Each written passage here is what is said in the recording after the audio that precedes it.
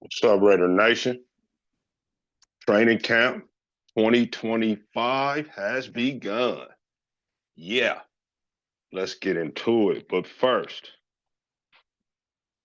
please like, share, subscribe, comment on the show on YouTube, on the video portion on YouTube. Please go ahead and share the show as well.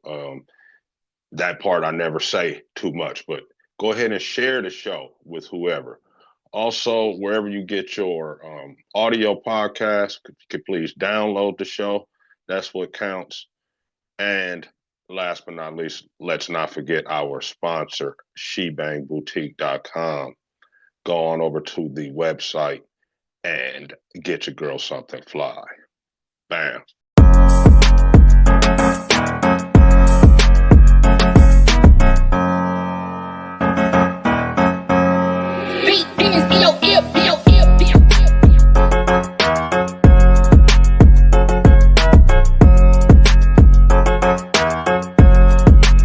Yeah, welcome in. So, yes, sir, the training camp has begun, 2025. So, this marks really like the third season I've been doing this, but the first season I didn't start until way late in the season. So really it's the second full season.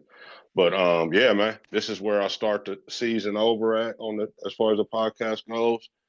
This would be season 3 for us. Uh we're up to like of the podcast itself, I think we're up to 92 episodes or 93. Let me see.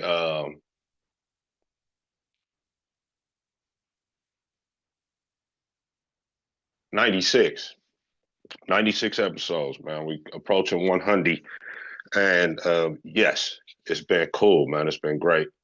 Appreciate everybody that messes with us. So anyway, man, the Raiders are in training camp right now. Went to football practice today. Today is this is Friday. I'm sorry, Thursday. So they went to practice already. Practice just broke up at this time that I'm doing it. What stands out for me right now, the Raiders did bring in some guys right before day one of veterans reporting. Most important guy being Jamal Adams, former safety, former, I believe he was picked 7th overall by the Jets a few years back. Um, yeah, Philip Dorsett was a receiver that had been on the Raiders before. And then also a guy that is familiar with Chip Kelly that plays guard, Antonio Mafi, and others. These are the 3 guys that I think have an opportunity to actually make the roster and make the practice squad. Mafi has a little bit of insight because he's dealt with Chip Kelly before, which is that's going to be a plus for him. Having dealt with the coach before. So yeah, Mafi, Dorsett, and most importantly though, Jamal Adams. Jamal Adams, as you know, was a really highly rated guy when he came into the league, and then he did work once he did get to the league. I believe he is the active leader defensive back in sacks, which is a crazy stat. True box safety, a guy that was known to lay a lick on you, right? To be a hard hitter in the league, a blitzer, a guy that can get after the quarterback as well as stuff to run. And now, which brings me to this. Pete Carroll is truly trying to build the Legion of Boom 2 here in Las Vegas. Now, there could be some situations where we might be vulnerable in coverage, but I could be wrong about that, right? Because that's why they drafted the young guy Porter, because they're trying to put some speed out there as well. But we Raiders are going to hit people. All right. So just starting up front, I'm gonna tell you the number one thing that I see. Okay. I talked about this about a month and a half ago. If you mess with me, so when the Raiders were last a team that went to the playoffs, a team that considered themselves somebody in the AFC West or in the AFC, period. They still didn't win the West this year that I'm talking about, but they, Mayock and Gruden at that time, it was 2021, they assembled a D line rotation of 8 to 9 guys. They made a point to go out and get defensive line guys. They brought guys off the street. They brought guys that had been released. They had brought guys that, on prove it deals. They went and got guys you know, to go with their starting four, right? And then rotation of four so they could keep fresh defensive line in at all time. If you remember that, they had to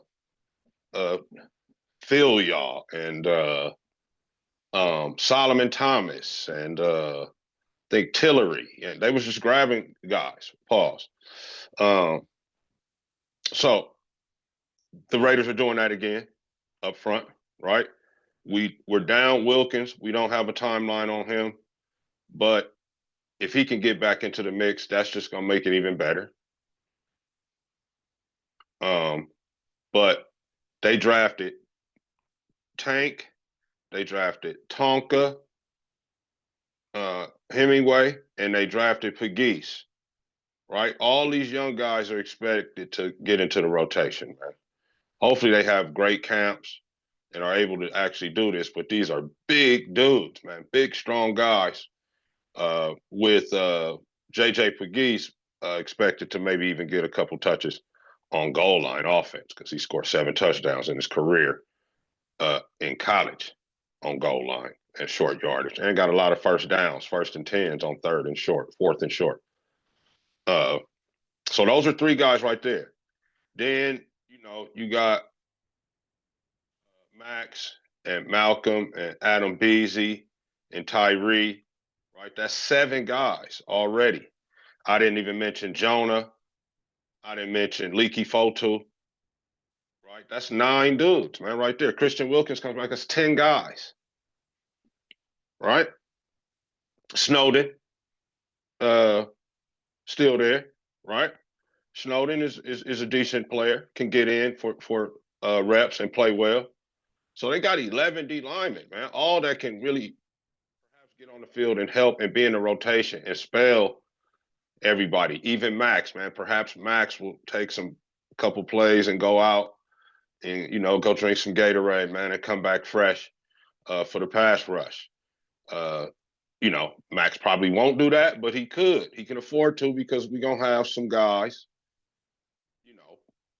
that's capable. We're gonna have some guys that's capable. We're gonna have enough guys where people are fresh. And this is good. This is only good for the Raiders defense. All right, now, linebackers. Pratt, not a cover guy. All right, not a nickel guy. Right, this guy's a gap plugging, sideline to sideline, scraping for the Cincinnati Bengals.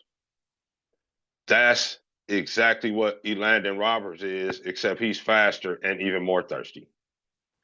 Then you have Devin White. Devin White was exactly what I just described and was fast enough to cover out of the backfield as well. Devin White, I believe, ran something like a definitely under 4.6 at the combine when he was drafted. He's fast. He's an athletic dude. So, and a thumper. All right. So 3 main backers are all, their main characteristic is they hit hard. Right? They get sideline to sideline and they plug the gaps with intent, with a vengeance. They're not just stepping in there; they stepping in there with ill intent. All right. So we got 10 linemen. We got thirsty backers that's trying to thump you. Jeremy Chin and Jamal Adams are known for hitting hard at the safety position, right? Now we got both of them on the team. When Isaiah Palomar started playing well last year is when he starts squaring dudes up in the chest and it's not going low and hitting guys, squaring guys up and hitting hard. And it's only going to rub off when you have killers like Ken and Adams. If Adams can stay healthy, we got our fingers crossed on that. So as far as hitting hard, don't really know what's up on Lonnie Johnson. The Rook is obviously not a hard hitter, and Darian Porter. The other corner, whoever that is going to be, Jacorian Bennett is who I predicted. Jacorian will stick his nose in there. And you got Darnay Holmes that doesn't mind sticking his nose in there, but these guys are smaller guys.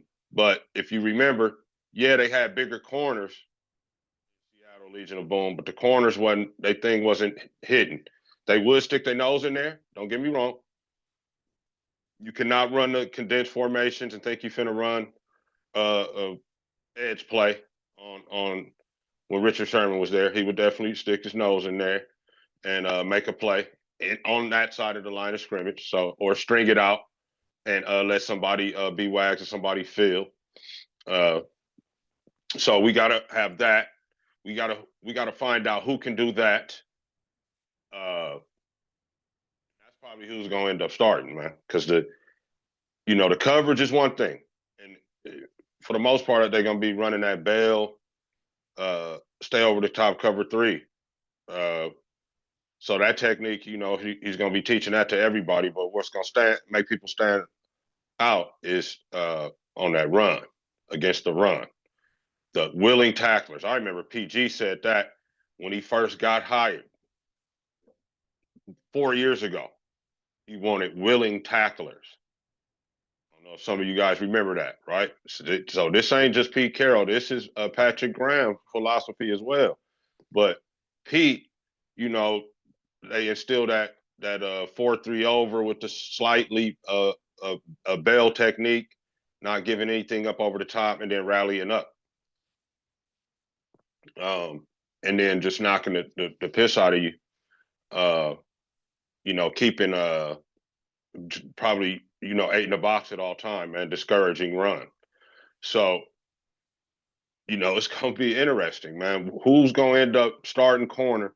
I believe is going to be who's the most willing tackler. It's going to be overall. You know what I mean? The most willing tackler combined with the coverage. Who is the most willing tackler that can cover the best? Those will be the 2 or 3. Because you do need a nickel cornerback, even though I believe there's going to be a lot of big nickel play. And I really believe that with the acquisition of Jamal Adams, I just, it's obvious almost that they're going to be running a lot of big nickel. Big nickel is when you have a safety playing nickel corner, right? Some guys know that. I know you play Madden. So my main concerns, besides that, we're going to move on. Coming into training camp, what I need to see as a Raider guy, Raider fan, the guard play. What is going to happen inside? I mean, let's be honest, man. What is going to happen inside? You got Parham, Meredith, Kappa. I guess you could say Caleb Rogers, the guy from Texas Tech, the rookie. And then this dude, Mafi, that just came 2 days ago, Paul. We got 5 guys right there. We need 2, obviously. Even Mumford. You could throw Mumford in there.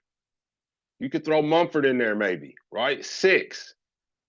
Maybe they're thinking of keeping Mumford as a swing tackle, but I'm thinking right now this year they may develop Grant Charles Grant, the rookie out of William and Mary, as the swing tackle. Have him, ready to play tackle this year, and maybe Mumford can go down inside and get it done. Mumford's a pretty powerful guy. Not quite suited for the tackle. Was played decent at left tackle when Colton Miller was out in 23, but got exposed a little bit last year when he was a swing tackle. He got hurt. His year didn't go good last year. He didn't have a good year. Mumford didn't have a good year, so he's another guy looking to bounce back. But maybe he goes down in there, right? The 6 guys. Out of those 6 guys, man, we need to find 2 good guys, obviously. Now, from what I saw, but this is what the Raiders were running in the past.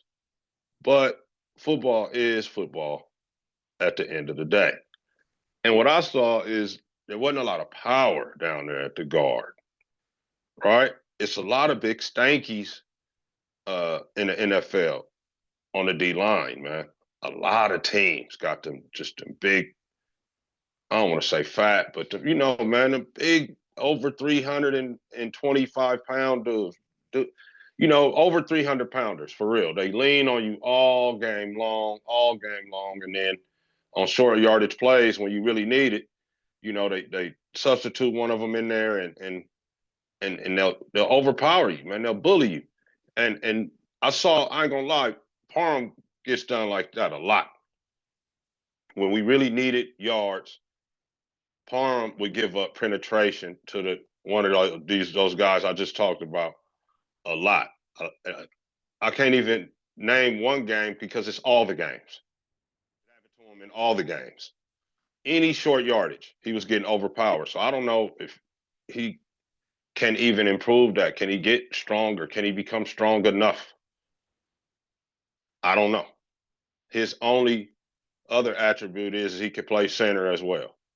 So that's always good when you can play multiple down there. And I want to believe he's the only other center that has played. We got another center, but with experience, Parham, I believe, is the only guy besides JPJ. So we need to figure that out. The guard play. Who is going to be there for the Raiders, man? This is going to be a serious question. This is the most serious question. Yeah, the defense, we lost a lot of players. Right? We lost pretty much half our defense in free agency. But I trust Pete Carroll and Patrick Graham on what they want to do, what they think they can do, and what they're going to be able to do on defense. It's not going to be any worse. Let's put it like that. It's not going to be any worse. But if we don't get this guard play settled and situated, we don't know what we got over here on offense, right? We already got a new situation coming along with Chip Kelly installing a brand new offense, brand new scheme. But the guards, we have to have good guard play. Feel like DJ Glaze and Colton are going to hold down the tackles. Colton Miller in a contract year, he wants to stick around, get one more contract, something big to take care of his family, I'm sure. And DJ Glaze just really getting started, just hitting his stride as an NFL player. So I expect him to be better. Maybe a bit of a sophomore slump, but I don't think so at offensive tackle. Offensive tackles, you can combat what they're doing to you pretty quickly. If he sees something that they're doing new that on film, maybe they watched that they think they can beat him on. Offensive tackles can work in practice in 1 week and counter that and get better at that, especially a talented guy like Glaze. So I think the tackles are okay. JPJ, I think, is good too. And it's very interesting something about JPJ that I didn't know about. And I want to play this little clip for you guys so you can hear this. Something I like to be 100% real. Like last year, I mean, me and Jackson did not have a great relationship. You know what I mean? And I'm hard on guys. You know what I mean? Especially young dudes. Like there's respect that's got to be earned. You know, when you come into this league in this locker room, especially like there's a certain standard I expect from the guys, and he did a lot. Like the amount of growth he's had in the last year has been unbelievable. If I was sitting here a year ago and you would have told me all the stuff he did this offseason to get himself in this position he's in, you know, I truly wouldn't believe you. But that's the beauty in this game. Like you have a choice every day. If you want to get better, you want to get worse. There's no such thing as staying the same. And that dude he's got all the talent in the world. He's strong as a freaking ox. He's a great dude. He's a baller. But it's about the details. And he's come in this offseason with the mindset that he's going to take that next step. Max had shared with the interviewer that he really wasn't feeling JPJ last year. And I think JPJ probably came in with a little too much extras, acting like he was something. And Max probably had to check him and, you know, was on some, you're not working hard or whatever. But now he's singing JPJ's praises, saying he's did a 360 basically with all that. And is the first one in the building along with him every day. So the starting center, you love to hear that, man. You love to hear that. It's turned page, seems like, in his adult life and in his career as a football player. So JPJ, man, looking for big things from him, looking for a big season from him. So the center and the two tackles, I think, are good, man. It's just that guard play, man. We got to that guard play situated. That, you know, that's the biggest thing right now. Also, wanted to say we was talking about like sleepers in camp and who, you know, we thought perhaps could stand out, make a name for themselves or whatever. And I got to thinking, and I got a sleeper training camp, man. If this guy can have a good training camp, he could perhaps do very well for himself and help the Raiders a lot this season. And that's Sincere McCormick, man. He's kind of been a forgotten guy, right? He's back. He's been practicing. He was at OTAs, all that, fully ready to go. The ankle was good. Can he, first of all, make the squad? Then can he make it to where he's like the third back? And then can he be dynamic for the Raiders, man? I think he can. I think he can. You're talking about Sincere, Mostert, and Genty. See that, you know, Samir White, the Raiders still have him on the roster. Dylan Lobby, you still have him on the roster. There's only so many footballs. There's only so many touches available. You have to earn touches. Sincere, before he got hurt, came in last year with the O-line that White couldn't do anything behind, although it was with Getsy, mostly with White. But even, you know, they gave him the ball a little bit with Scott Turner. He just did not have it. But Sincere was balling. Everybody remembers. Sincere was out there getting yards, man. Nice, breaking off, you know, 6, 7, 8 yard runs, slamming it in there, pause. So Sincere, I feel like, earned the opportunity to get some reps this year, this training camp, to see if he can, if that was a fluke, or can he handle that? Is he going to be able to contribute that? And I think that's going to be great. Sincere, Mostert, Genty, man, all, you know, different, bringing a little something different flavor. Really improving that Raider running game, which was last in the league last year. I don't even know how we won 4 games with the boo-boo running game. So McCormick, man, I'm looking for him. Now, the other thing, nickel corner. I already said we're going to run a lot of big nickel.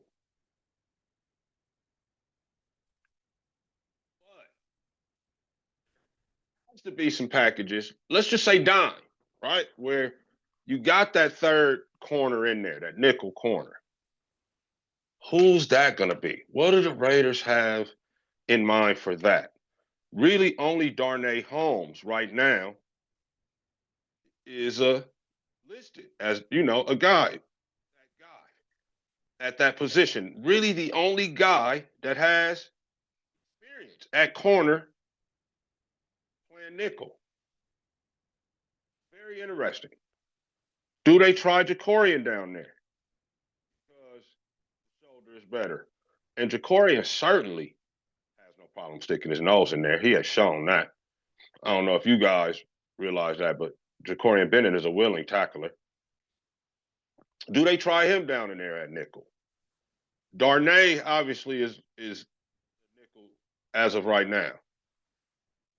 No, is there another guy? They just cut the dude Mello Dotson that they didn't draft him. We got him as an undrafted free agent from Kansas.